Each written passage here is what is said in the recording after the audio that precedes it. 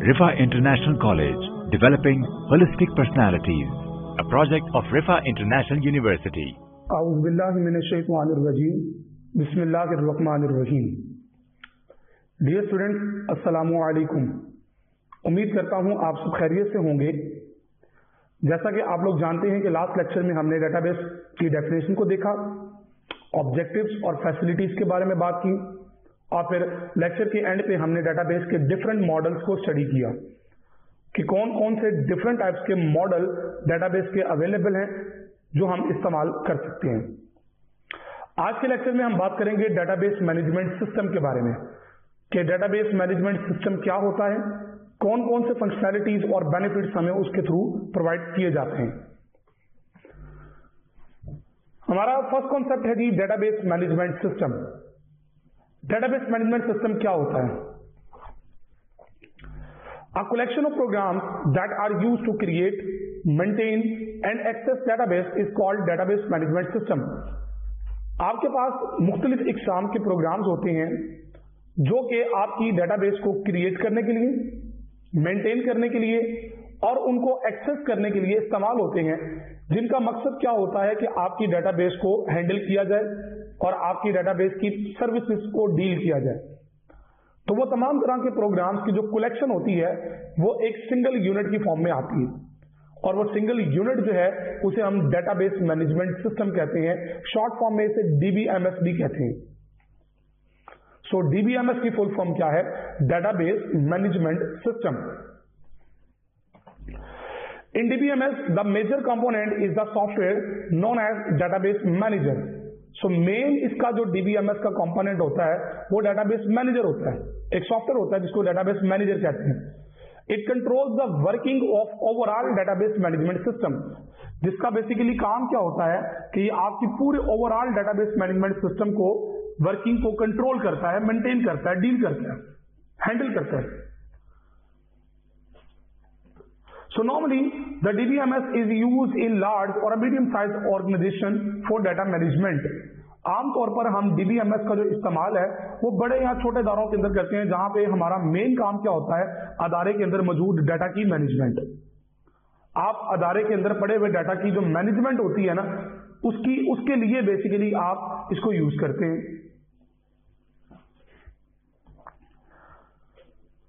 DBMS के objectives क्या होते हैं? ऑब्जेक्टिव्स ऑफ डीबीएमएस, पहले नंबर पे हमारे पास है जी शेयरेबिलिटी। शेयरेबिलिटी से मुराद क्या है? ऐसी काबिलियत कि जिसकी मदद से आप अपनी डाटा को एक्सचेंज कर सकें, शेयर कर सकें विद डिफरेंट सोर्सेज।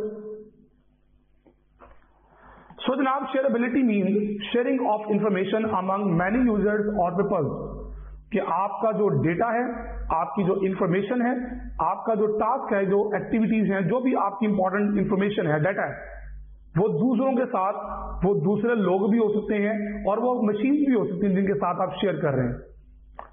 सो इस शेयर करने के प्रोसेस को बेसिकली शेयरेबिलिटी कहते हैं। ऐसी काबिलियत जो शेयर की जा सकती हो, शेयरेबिलिटी। An ability to share data or information is the fundamental objective of DBMS. किसी भी DBMS का जो बेसिक ऑब्जेक्टिव होता है वो एबिलिटी होता है उसको शेयर करने की। लेकिन जनाब, अगर डाटा आपका शेयरेबल नहीं है तो आपका मशीन डिपेंडेंट हो गया। अगर मशीन डिपेंडेंट ही काम करना है तो फिर आप जो है वो कंप्यूटराइज्ड डेटाबेस की तरफ क्यों जाते हैं? फिर आप मैनुअल भी काम कर सकते हैं। तो कंप्यूटराइज्ड डेटाबेस के लिए फिर जरूरी है ना कि आप उसकी सर्विसेज को यूज करें, अवेलेबल होनी चाहिए सर्विसेज आपके लिए। तो शेयरेबिलिटी उसका एक बेसिक फंडामेंटल उसका जो है वो ऑब्जेक्टिव है। The information can be stored at a central place. अब इस सारे प्रोसेस के अंदर होता क्या है कि डाटा आपका एक सेंट्रल लोकेशन पे स्टोर हो रहा होता है, सेंट्रल प्लेस के ऊपर। So different users can share the data from different locations. अब डिफरेंट लोकेशन से डिफरेंट यूजर जो है वो अपने डाटा को शेयर कर रहे होते हैं, डाटा शेयर हो रहा होता है ना। सो जिसकी बेस पर आप अपने डाटा को मुख्तलिफ लोकेशन से लोग एक्सेस कर रहे होते हैं और उनके साथ, दूसरों के साथ अपने डाटा को शेयर कर रहे होते हैं। So that is a major objective of DBMS. So database management system का एक बेसिक जो ऑब्जेक्टिव है वो शेयरेबिलिटी है। नंबर 2 पे हमारे पास है जी अवेलेबिलिटी। डाटा 24/7 अवेलेबल होना चाहिए। एक डाटा अगर फुली अवेलेबल अगर नहीं होता ना तो आपके लिए फायदेमंद नहीं है, बेसूद है, किसी काम का नहीं है आपके लिए। So availability means that the user must be able to access data and DBMS easily.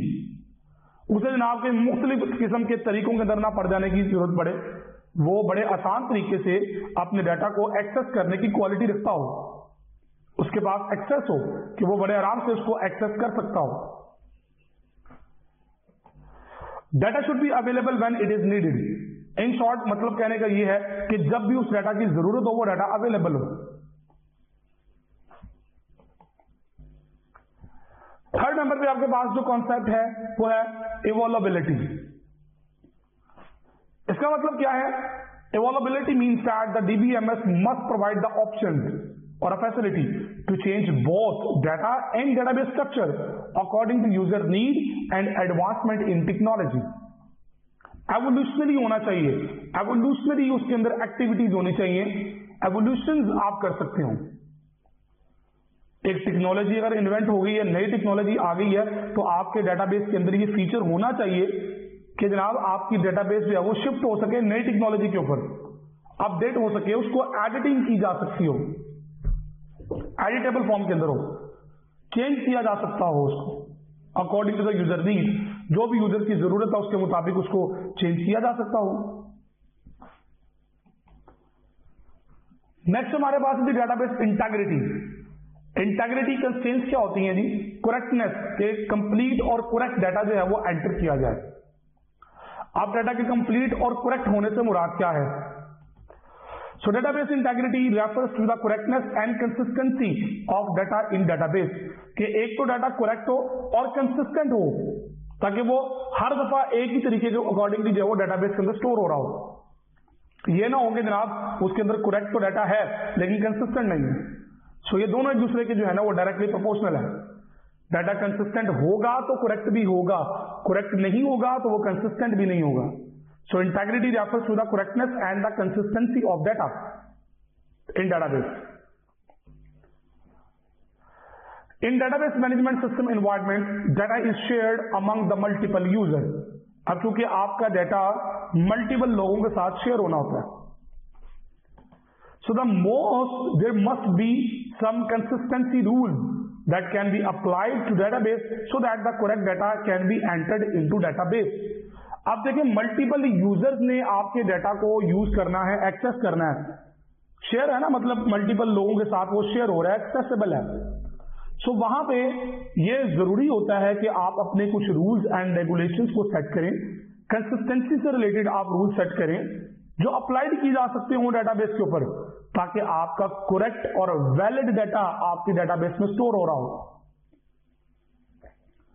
मिसाल के तौर पर जी आपने कहा किसी का आईडी कार्ड नंबर स्टोर करना है, तो आपको पता होना चाहिए आईडी कार्ड नंबर के टोटल हिस्से कितने होते हैं, 13 डिजिट्स। आपने मोबाइल फोन नंबर स्टोर करना है 11 डिजिट्स, तो आपको total number of digit count करना पता हो। तो ये आप जब वैलिडेशंस लगाते हैं तो इन्हें कहते हैं कंसिस्टेंसी, ताकि करेक्ट डाटा आपके कंप्यूटर के अंदर ऐड हो सकता हो, आपके डेटाबेस में करेक्ट डाटा जा रहा हो। सो कंसिस्टेंसी कंस्ट्रेंट्स क्या होती हैं कि आपका डाटा कंसिस्टेंटली आपके कंप्यूटर के अंदर स्टोर हो रहा हो, आपके डेटाबेस के अंदर ऐड अप हो रहा हो, कंप्लीट जा रहा हो, करेक्ट जा रहा हो। पता लगे जनाब 3 डिजिट लिख के एंटर कर दिया तो डाटा कंसिस्टेंट ही नहीं है, किसी में 7 डिजिट आ रहे हैं, किसी में 8 आ रहे हैं, किसी में 9 आ रहे हैं, कंसिस्टेंसी नहीं है डाटा के अंदर। तो जब डाटा की कंसिस्टेंसी नहीं है तो डाटा करेक्ट कभी हो ही नहीं सकता। आप कौन से वाले फोन नंबर को वैलिड कंसीडर करेंगे? तो बाकी रिकॉर्ड जाया जाएंगे।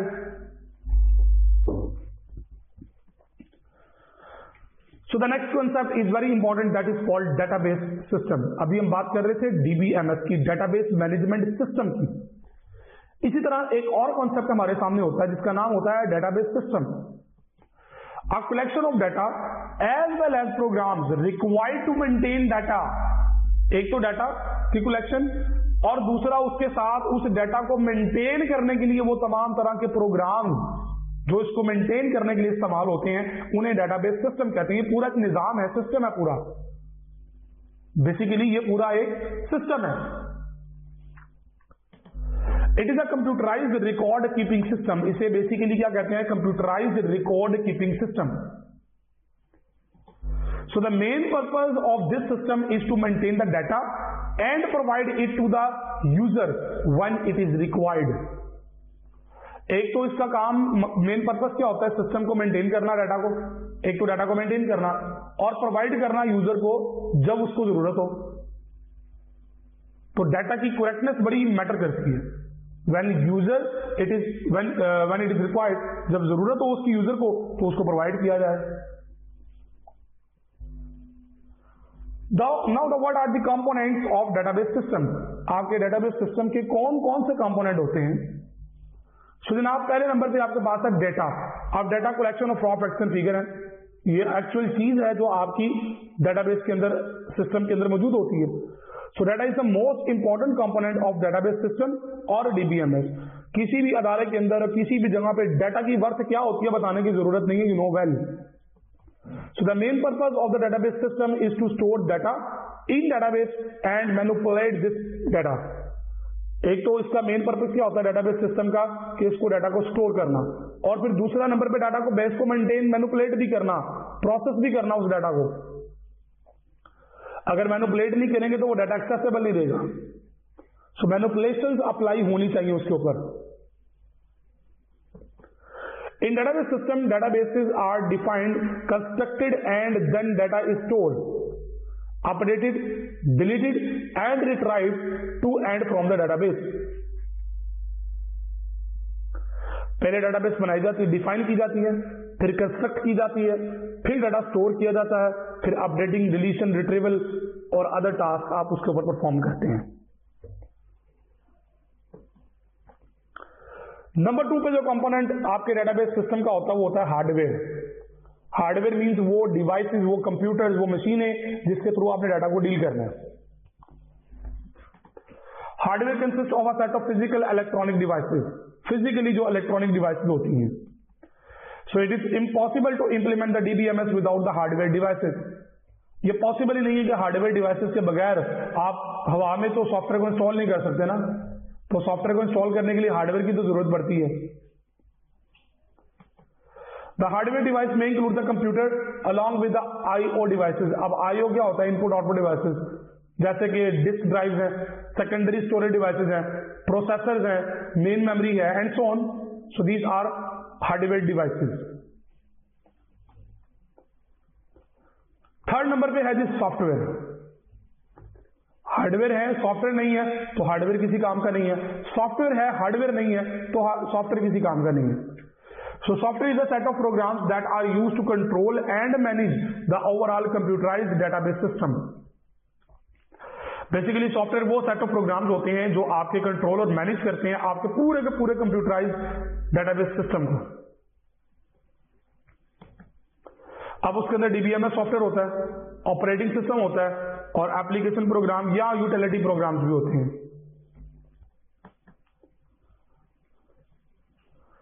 नेक्स्ट है जी पर्सोनल्स।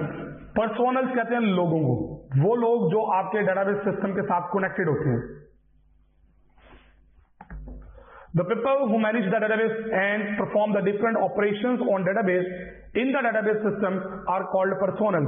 वो तमाम तरह के लोग, वो कोई भी है, तमाम तरह के लोग जो कि आपके डेटाबेस के साथ लिंक्ड होते हैं, आपके डेटाबेस को मैनेज करते हैं, डील करते हैं, उन तमाम लोगों को हम पर्सोनल्स कहते हैं।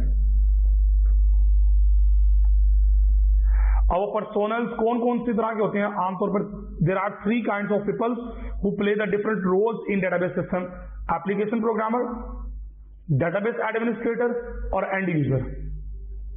ये 3 तरह के डिफरेंट जो लोग हैं वो डेटाबेस में यूज होते हैं, इस्तेमाल मतलब इन्वॉल्व होते हैं। The next concept is what are the advantages of DBMS. फायदे क्या हासिल होते हैं डीबीएमएस के में? हम डीबीएमएस को इस्तेमाल करते हैं, क्या फायदे हासिल होंगे? भाई देखिए ना, फायदा नजर आता है तो तभी आप चीज को इस्तेमाल करते हैं ना। तो what are the advantages of DBMS? आपके डीबीएमएस के क्या क्या फायदे हैं? पहले नंबर पे है जी डाटा की शेयरिंग। कि आपको ये डेटाबेस सिस्टम इस काबिल करता है आपके डाटा को कि वो शेयरेबल है, उसको शेयर किया जा सकता है। In DBMS data can be shared among the authorised user of the organisation. एक तो डाटा सबके साथ शेयरेबल है, नंबर 2 पे क्या है, ऑथराइज्ड लोगों के पास, जो अदारे का एम्प्लॉय नहीं है उसके पास एक्सेस नहीं हो सकती। सो ऑथराइज्ड यूजर से मुराद क्या है कि वो लोग जिनको आपने अलाउ किया है। Authorised user of the organisation, अदारे के जो ऑथराइज्ड लोग हैं उनके साथ डाटा को शेयर करने की फैसिलिटी प्रोवाइड करता है। द डीबीए, अब डीबीए कौन होता है, डेटाबेस एडमिनिस्ट्रेटर। अब ये बंदा क्या करता है जी, manage the data and gives the rights to user to access the data. एक तो काम इसका डाटा को मैनेज करना, मेन काम जो इसका होता है। दूसरा काम ये क्या करता है, ये अथॉरिटीज डिफाइन करता है, राइट्स डिफाइन करता है, कौन सा यूजर क्या कर सकता है और कौन सा यूजर क्या नहीं कर सकता, व्हाट टू डू और व्हाट नॉट टू डू, ये सारा कुछ डिफाइन डीबीए कर रहा होता है। बेसिकली आप ये समझ लो कि ये एक लॉक मास्टर होता है जो आपकी पाबंदियां लगा रहा होता है कि आपने ये काम करना और आपने ये काम नहीं करना। So DBA stand for database administrator.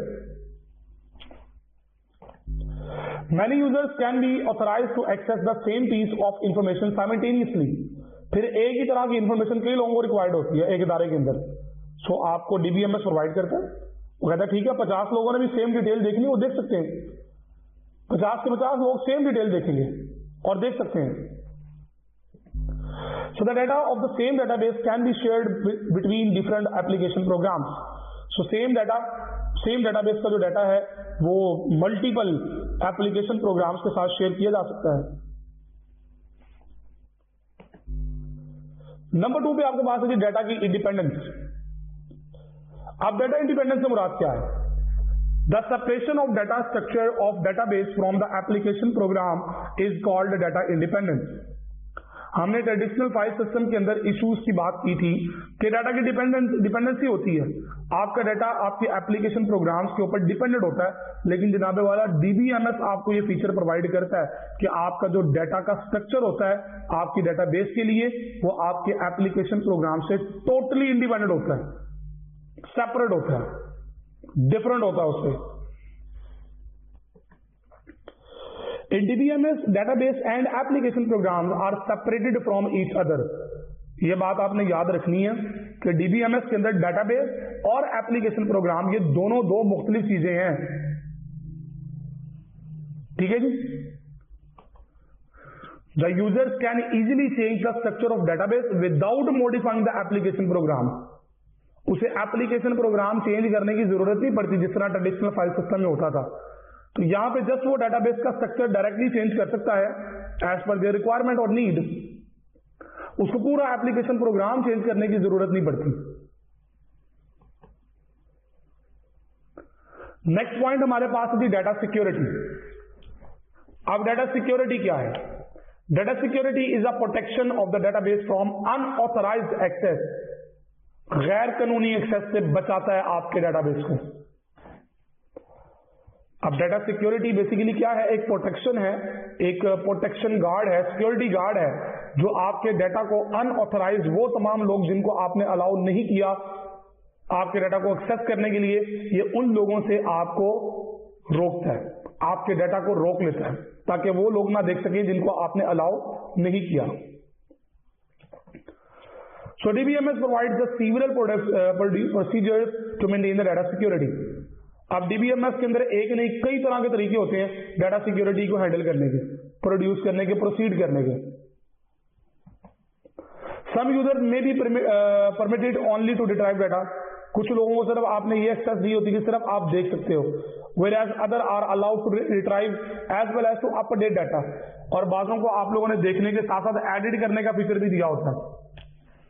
जैसे आप लोगों का जो पोर्टल है, उस पोर्टल में आप लोग सिर्फ देख सकते हैं, टीचर उसको देख भी सकता है और एडिट भी कर सकता है। तो सेम डेटाबेस है, डाटा भी सेम है, लेकिन रोल चेंज है यूजर के। एडमिन जो टीचर का रोल है उसकी ड्यूटीज चेंज है, स्टूडेंट का जो रोल है वो चेंज है। The database access is controlled by the DBA, और ये सारा काम कंट्रोल्ड होता है बाय डीबीए। और डीबीए कौन होता है, ये पहले भी डिस्कस हुआ है, डेटाबेस एडमिनिस्ट्रेटर। ये वो बंदा होता है जो आपके डेटाबेस को डील कर रहा होता है, ऑथराइज्ड पर्सन्स को अलाउ करता है और अनऑथराइज्ड लोगों से बचाता है, डाटा की सिक्योरिटी प्रोवाइड करता है। Typically users are given user names protected by the password. आमतौर पर आपके डीबीएमएस के अंदर हर यूजर का अपना एक आईडी होता है, यूजर नेम जिसे कहते हैं, और वो एक पासवर्ड के साथ प्रोटेक्टेड होता है।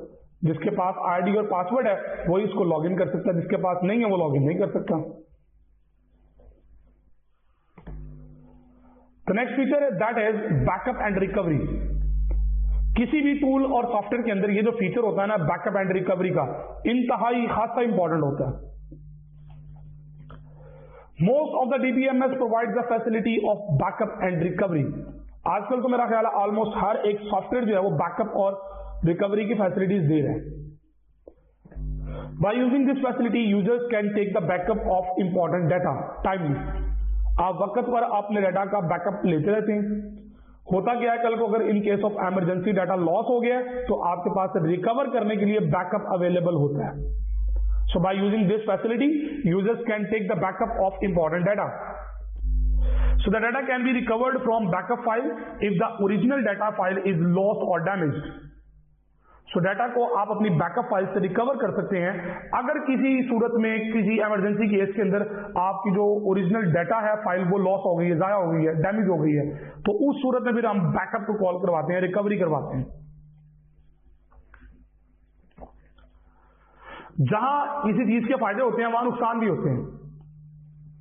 सो हमने आगे अभी कुछ चैप्टर और पढ़ने हैं डेटाबेस से मुतल्लिका, तो लिहाजा आपको पहले पता होना चाहिए कि डीबीएमएस के नुकसान क्या क्या होते हैं। सबसे पहला लॉस क्या है जी? Cost of hardware and software. आपने जो हार्डवेयर खरीदना है, जो सॉफ्टवेयर बनवाना है, उसकी कॉस्ट है, कीमत है, लाखों के अंदर होती है वो cost. Cost of data conversion, फिर डाटा को आपने ट्रेडिशनल फाइल सिस्टम से अपने डाटाबेस पे कन्वर्ट करवाना, डाटा एंट्री करवानी है, उसकी अलग से कॉस्ट है। कॉस्ट ऑफ स्टाफ ट्रेनिंग, आपने स्टाफ रखना है, जाहिर सी बात है इतना बड़ा सिस्टम चला रहे हैं तो चलाने के लिए स्टाफ रिक्वायर्ड है, तो स्टाफ ने अगर सिस्टम पे बैठने तो सिस्टम को चलाने के लिए ट्रेनिंग चाहिए होगी ना, तो स्टाफ की ट्रेनिंग के ऊपर जो पैसा लग रहा है। अपॉइंटमेंट टेक्निकल स्टाफ, और जहां पे आप डीबीएमएस को यूज करते हैं अदारे के अंदर, वहां पर जनाब उसको हैंडल करने के लिए टेक्निकल स्टाफ भी रिक्वायर्ड होता है। हो सकता है कि आप ट्रेडिशनल सिस्टम के अंदर कोई टेक्निकल स्टाफ हायर आपने ना किया हो, लेकिन डीबीएमएस के लिए आपको टेक्निकल स्टाफ चाहिए होता है, जिनमें एक डीबीए इंपॉर्टेंट है, डेटाबेस एडमिनिस्ट्रेटर। अब डीबीएमएस के फीचर्स की बात कर लेते हैं कि डीबीएमएस के क्या क्या फीचर्स हैं जो हमें प्रोवाइड किए जाते हैं। डाटा की डिक्शनरी। अब डाटा की डिक्शनरी क्या है? द डेफिनेशन ऑफ डाटा, ये किस चीज के बारे में डाटा है, the detail about the data, data के बारे में detail. Utilities, program, services, query languages. अब क्यूरी लैंग्वेजेस क्या है जी? कि आप अपने प्रोग्राम के अंदर या अपनी डीबीएमएस के अंदर आप अपनी स्टेटमेंट के थ्रू अपने डाटा को एक्सेस करते हैं, और रेलिवेंट को एक्सेस करने के लिए मुख्तलिफ तरह की स्टेटमेंट्स हैं जिन्हें क्यूरीज कहा जाता है। तो क्यूरी के थ्रू आप अपने क्विकली अपने टारगेटेड डाटा के ऊपर पहुंच जाते हैं। रिपोर्ट जनरेटर, आप फिर अपनी मुख्तलिफ तरह की, जिस तरह की आप चाहते हैं उस तरह की रिपोर्ट जनरेट करवा सकते हैं बड़े आराम से, क्विकली। एक्सेस सिक्योरिटी, क्या आपकी सिक्योरिटी की एक्सेस मिलती है आपको। बैकअप एंड रिकवरी का फीचर है। सो फाइनली आज के लेक्चर में हमने बड़े इंपॉर्टेंट कॉन्सेप्ट को स्टडी किया, जिनके अंदर सबसे पहले हमने डीबीएमएस की बात की, जो कि डेटाबेस मैनेजमेंट सिस्टम है, क्या होता है, कैसे काम करते हैं, क्या उसकी प्रॉपर्टीज हैं, इस हवाले से हमने डिटेल बात की। फिर हमने डेटाबेस मैनेजमेंट सिस्टम के ऑब्जेक्टिव्स को देखा, फिर हमने डेटाबेस सिस्टम के बारे में बात की, फिर कंपोनेंट की बात की डेटाबेस सिस्टम के, उसके बाद हमने एडवांटेजेस की बात की, और जहां एडवांटेजेस की बात की वहां हमने डिसएडवांटेजेस की भी बात की।